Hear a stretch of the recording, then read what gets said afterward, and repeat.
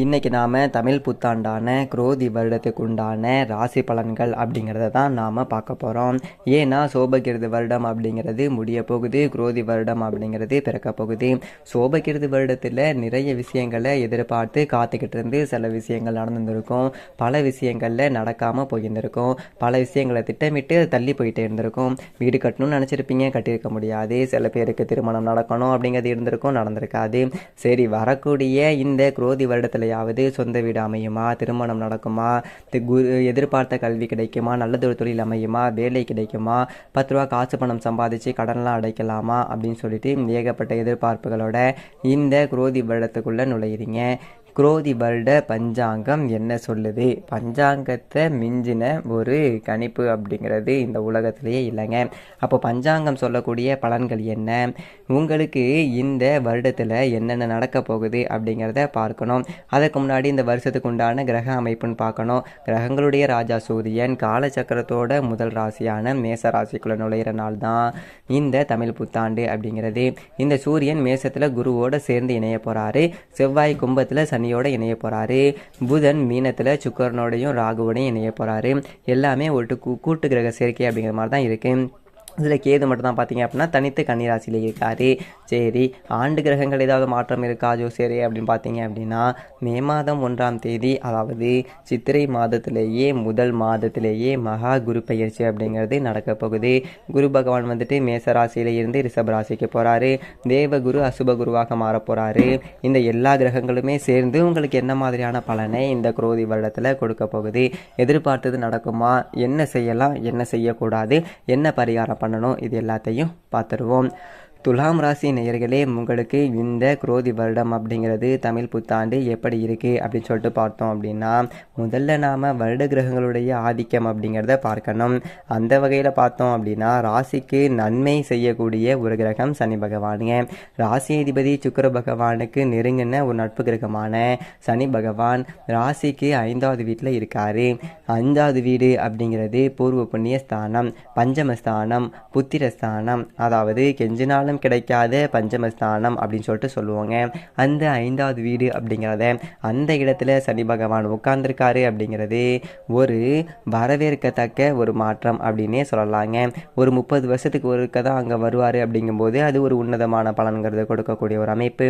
ஆனால் அதுக்கு நாம் சில வழிபாடுகள் அப்படிங்கிறத செய்யணும், கர்ம வினைகளை பின்பற்றி வாழணும். அது என்ன ஜோசியரே, கர்ம வினைகளை பின்பற்றி வாழ்றதுனா என்ன அப்படின்னு எனக்கு ஒன்றும் புரியலையே அப்படின்னு சொல்லிட்டு கேட்கலாம். நம்ம கிட்ட ஒரு 10 ரூபா காசு பணம் வரும், நம்ம கிட்ட காசு பணம் 10 ரூபா வராமலும் போகும். ஒரு நாளைக்கே 10 ரூபா இருக்கும், இன்னொரு நாளைக்கு 10 ரூபா இல்லாமல் போகிடும்.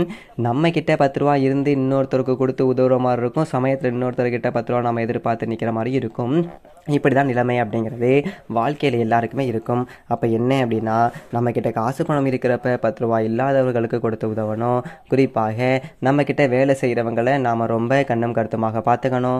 நமக்காக தான் வேலை செய்கிறான், நம்ம அவனுக்கு 10 ரூபா சம்பளம் கொடுக்குறோம், சும்மாவா வேலை செய்கிறான் ஜோசியரே அப்படின்னு சொல்லி நீங்கள் கேட்கலாம்.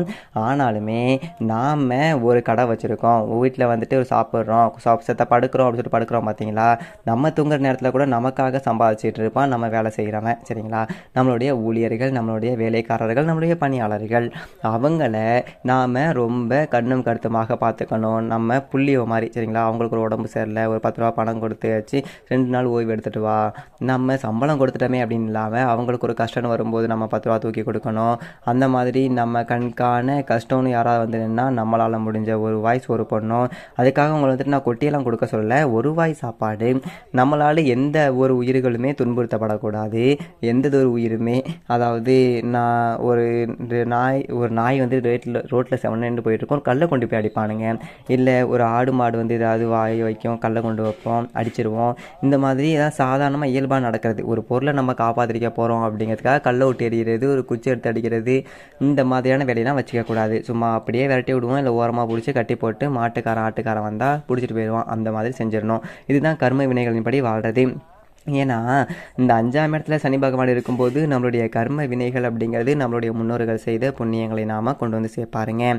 அதனால் இந்த ரொம்ப ரொம்ப சரியாக நடந்துக்கணும். என்ன காரணம் அப்படின்னா, முன்னோர்கள் செய்கிற புண்ணியம் நமக்கு வருது இல்லைங்களா? இந்த ஒரு காலகட்டத்தில் நாம் செய்கிற பாவம் நம்ம பிள்ளைகளை சேரும்.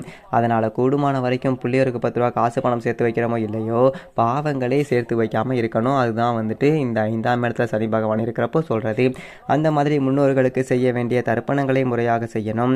ஒரு அமாவாசையில் முன்னோர்களுக்கு செய்ய வேண்டிய அந்த எள்ளு தண்ணியை விடுறது, ஒரு விரதம் இருக்கிறது, சைவ உணவுகள் சாப்பிட்றது, அமாவாசையில் மாமிச உணவு உட்கொள்ளாமல் ஒரு வேளை உணவு எடுக்கிறது, இதெல்லாம் செய்யணும்.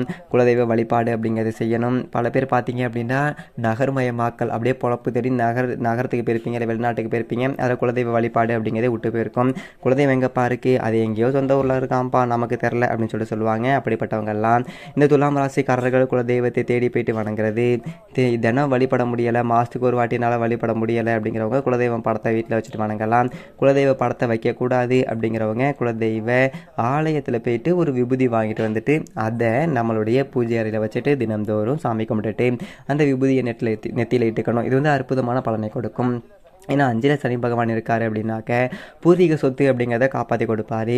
பூர்வீகத்தில் சொத்து இருக்குது, தாத்தா சொத்து, பாட்டன் சொத்து, முப்பாட்டன் சொத்து அப்படி இருக்குது அப்படின்னா அதில் பாக பிரிவினை உங்களுக்கு கிடைக்கும். அந்த மாதிரி புத்திர பாக்கியம் இல்லாதவர்களுக்கு ஆண் குழந்தை பிறக்கக்கூடிய ஒரு அமைப்பு, இது எல்லாத்தையுமே சனி பகவான் உங்களுக்கு கொடுப்பாரு. அந்த மாதிரி இந்த ஒரு காலகட்டத்தில் 5ல் சனி இருக்கும்போது பிள்ளைகளை கொஞ்சம் கண்காணிப்பில் வச்சு வளர்த்துக்கணும். அதுலேயும் கொஞ்சம் கவனமாக இருக்கணும். ஏன்னா இப்போ நம்ம பிள்ளை பள்ளிக்கூடத்துக்கு போகிறான்னு நினச்சிட்டு இருப்போம், கட்டை அடிச்சுட்டு எங்கேயாவது ஊர் சுற்றிட்டு இருப்பான். காலேஜ் போகிறான்னு நினச்சிட்டு இருப்போம், எங்கேயாவது போயிட்டு காதல் உறவில் இருப்பான். ஒரு பொம்பளை புள்ள ஒன்று வச்சுருப்போம், அது பட்டுக்கு எங்கேயாவது காலேஜ் போயிட்டு வருதுன்னு பார்த்தீங்க அப்படின்னா திடீர்னு ஏதாவது ஒரு செய்தி வரும். அது வந்துட்டு புள்ள வந்துட்டு ஒருத்தனோட பார்த்தேன், இல்லை காதல் ஊரில் இருக்குது. இந்த மாதிரிலாம் கொஞ்சம் கட்டுப்பாட்டில் வச்சு பிள்ளைகளை கட்டுப்பாட்டில் வளர்க்கணும். அதற்காக கண்டி தூக்கி போட்டு அடி வீட்டில் போட்டு குத்து அப்படி சொல்லலை, நல்ல முறையாக எடுத்து சொல்லி அவங்களுடைய போக்கில் போய்கிட்டு அவங்கள கொஞ்சம் பிடிச்சி இழுத்து கைக்குள்ளே வச்சுக்கிறது அப்படிங்கிறது நல்லதுங்க. அதோட இந்த ஒரு காலகட்டத்தில் இந்த வருடம் தொடங்கும்போது பார்த்தீங்க அப்படின்னா குரு பகவான் உங்கள் ராசிக்கு 7வது வீட்டில் இருக்கார். அற்புதமான ஒரு இடம். ஆனால் வெறும் 15 நாளைக்கு தான் அங்கே இருக்கார்.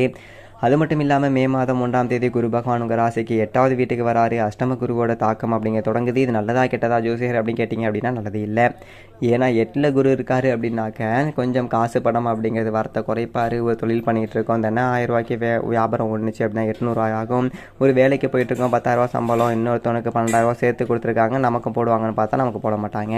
இந்த மாதிரி காசு பணம் வரத்தில் கொஞ்சம் பஞ்சம் இருக்க தான் செய்யும். அதில் எந்த விதமான ஒரு மாற்றமும் இல்லை. அதே நேரத்தில் எதிர்பாராத ஒரு இடங்களில் இருந்து வருமானம் வரக்கூடிய ஒரு யோகா அமைப்பு அப்படிங்கிறது இருக்குது. அதுலேயும் நாம் கொஞ்சம் மாற்றிட முடியாது. ஆனாலுமே 7ஆம் இடத்துல இந்த குரு 8ஆம் இடத்துக்கு மாறுறது அப்படிங்கிறது கைப்பணத்தை கொஞ்சம் எண்ணி செலவு பண்ணணும் அப்படிங்கிறது இது நமக்கு தேவை, இது நமக்கு அவசியம், இது கொஞ்சம் நமக்கு அனாவசியம் அப்படிங்கிறத பார்த்து செலவு பண்ணிக்கிறது தான் இந்த ஒரு காலகட்டத்தில் நல்லது.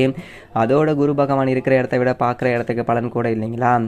அப்போ குரு பகவான் உங்கள் ராசிக்கு 8வது வீட்டில் இருந்துக்கிட்டு ராசிக்கு 12வது வீட்டை பார்க்கிறார், 2வது வீட்டை பார்க்கிறார், 4வது வீட்டை பார்க்கிறார். அப்போ 12வது வீட்டை குரு பகவான் பார்க்கிறாரு அப்படிங்கும்போது விரயஸ்தானம் அப்படிங்கிறது கொஞ்சம் அடிப்படுது. விரய செலவுகள் கட்டுப்பாட்டில் உள்ள வரும். அதே மாதிரி ஒரு தேவையில்லாத கெட்ட பழக்கம் வச்சுருந்தவங்க, ஒரு பீடி சிகரெட்டு புயலை போட்டுட்டு இருந்தவங்க, ஒரு தண்ணி வாங்கி குடித்தவங்க அதெல்லாம் குறைச்சிக்கணும். வெட்டி செலவாகுது, வருமானம் குறையுது அப்படின்னு சொல்லிட்டு அதெல்லாம் கொஞ்சம் விட்டு விலகிக்கோங்க. ஒரு நாளைக்கு ஒரு 200 300 செலவு பண்ணிட்டு இருந்தவங்க ஒரு 100 ரூபா செலவு பண்ணுவீங்க. ஒரு பெட்ரோல் போட்டு இவ்வளோ செலவாகுது அப்படின்னு நினைக்கிறவங்க கூட சரி அவசியமான இடத்துக்கு வண்டி வாகனங்கள் கொண்டு போயிட்டு மற்ற இடத்துக்கு சைக்கிளில் போவோம், நடந்து போவோம், உடம்புக்கு நல்லா இருக்கும் அப்படின்னு சொல்லி நினைக்கக்கூடிய ஒரு அமைப்பு வரும். இப்படி கொஞ்சம் செலவுகளை கட்டுப்படுத்திக்கிறது அப்படிங்கிறது அந்த ஒரு காலகட்டத்தை பொறுத்த வரைக்கும் நல்லது. குரு 12ஆம் இடத்தை பார்க்கிறார் அப்படிங்கும்போது 12ல் இருக்கக்கூடிய கேதுவோட அந்த ஒரு விரைய வலிமை அப்படிங்கிறது அடிபட்டு போகுது. அதனால் செலவு அப்படிங்கிறது குறையும். சுப விரைய செலவுகள் அப்படிங்கிறத கொடுக்கும். பிள்ளைகளுக்கு கல்யாணம் பண்ணலாம், பிள்ளைகளுக்கு உயர்கல்வி படிக்கலாம், பையன் ஒருத்தவங்க வெளிநாட்டுக்கு போகிறான் அப்படிங்கிறான், அவனை கொஞ்சம் அனுப்பி வைக்கலாம். இல்லை சொந்தமாக முதலீடு போகிறேன், புது தொழில் அப்படிங்கிறத தொடங்குறேன், மனைவி வீட்டில் இருக்காங்க, வீட்டில் ஏதாவது தொழில் தொடங்கணும்னு நினைக்கிறாங்க, இந்த மாதிரியான விஷயங்களுக்கு முதலீடு போட்டு பணத்தை முடக்குங்க. 10 ரூபா கையில் காசு பணம் வச்சுருந்தா வெட்டி செலவு வரும். ஆக மொத்தம் கூட 10 ரூபா காசு கையில் வச்சுக்காம நீங்கள் வச்சுக்கிறதே இல்லை, இது நான் எங்கே வச்சுக்கிறது அப்படின்னு நீங்கள் கேட்கலாம். பட் ஆனால் அஷ்டம குரு அப்படிங்கிறது அப்படி தான் இருக்கும். அதை மீறி வரக்கூடிய 10 ரூபா அப்படிங்கிறத கையில் வச்சுக்காம எதையாவது போட்டுறது நல்லது. இல்லையா ஒரு நகை நட்டை வாங்கி வச்சுக்கிறது நல்லது. அதோட ராசிக்கு 2வது வீடு குடும்பஸ்தானத்தில் குரு பகவானுடைய பார்வை விழுகுது அப்படிங்கும்போது ரூபா நமக்கு பணம் வருது வரல அது அடுத்த விஷயம். ஆனால் தனஸ்தானத்தில் குருவோட பார்வை இருக்கும்போது எதிர்பாராத ஒரு இடத்துல இருந்து காசு வரும். இப்போ நம்ம சொன்னோம் பார்த்தீங்களா, மனைவி சம்பாதிக்கிறேன், வீட்டில் ஒரு தொழில் வச்சு கொடுக்குறேன்னு சொல்கிறாங்க அப்படின்னு சொல்கிறாங்கல்ல, அது அப்படி வருமானம் வரும். இல்லை 10 ரூபா குறையுது அப்படிங்கிறப்ப குடும்ப உறுப்பினர்கள் ஆதரவாக இருப்பாங்க. பிள்ளைகள்லாம் அடிக்கடி அங்கே கூட்டு போ இங்கே கூட்டு போ, அதை வாங்கி கொடு இதை வாங்கி கொடு அப்படின்னு சொல்லி செலவழிச்சிட்டு இருக்கும் பார்த்தீங்களா, அது எல்லாமே புரிஞ்சு நடந்துக்கும். சரி, அப்பா கையில் 10 ரூபா காசு இல்லை, நாம் கொஞ்சம் செலவு வைக்கக்கூடாது அப்படின்னு சொல்லிட்டு பிள்ளைகளும் கொஞ்சம் விட்டு கொடுத்து போகும். குடும்ப உறுப்பினர்களுடைய ஆதரவு அப்படிங்கிறது இருக்கும். அதோட 4வது வீடான மகர ராசியை பார்க்குறாரு குரு பகவான். மகர ராசி அப்படிங்கிறது சனி பகவானுடைய வீடு. அந்த வீட்டை குரு பகவான் பார்க்கிறார். அப்படிங்கும்போது தாயாருடைய உடல் ஆரோக்கியம் அப்படிங்கிறது நல்லாயிருக்கும். தாயார் வழியில் சொத்து சேர்க்கை அப்படிங்கிறது கிடைக்கக்கூடிய வாய்ப்புகள் இருக்குது. தாய் மாமன் தாயாருக்காக ஒரு சொத்தை பிரித்து கொடுக்கலாம். சரி, இதை வச்சு பொழைச்சிக்கோங்க அப்படின்னு சொல்லிட்டு அதை கொண்டாந்து தாயார் நம்மகிட்ட கொடுத்து இதை வச்சு நீதான் பண்ணிக்கப்பா அப்படின்னு சொல்லிட்டு சொல்லலாம். இல்லை தாய் மாமன் வகையில் சீர்திருத்தி இந்த மாதிரி நிறைய விஷயங்கள் கிடைக்குங்க. மேலும் துலாம் ராசிக்காரர்களுக்கு மிகச்சிறந்த நன்மை நடக்க உங்கள் வீட்டுக்காரர்கள்